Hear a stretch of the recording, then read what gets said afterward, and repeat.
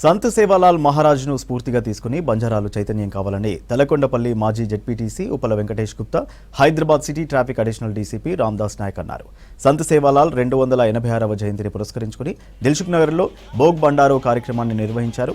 బంజారా డప్పు నృత్యాలు అందరినీ ఆకట్టుకున్నాయి.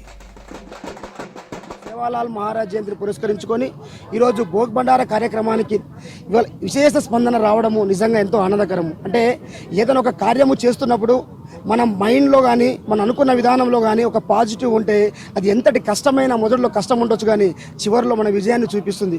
బంజారా ఆరాధ్య దేవుడు అతను చేసిన గొప్ప పనులను స్మరించుకొని అతని మార్గంలో ప్రతి బంజారా సోదరులు నడుచుకోవాలి. ఎందుకంటే నేను ఒకటే డిమాండ్ చేస్తున్నాను, ఏంటంటే మన బంజారా సోదరులకు ఫిబ్రవరి 15వ తారీఖు అతని జయంతి.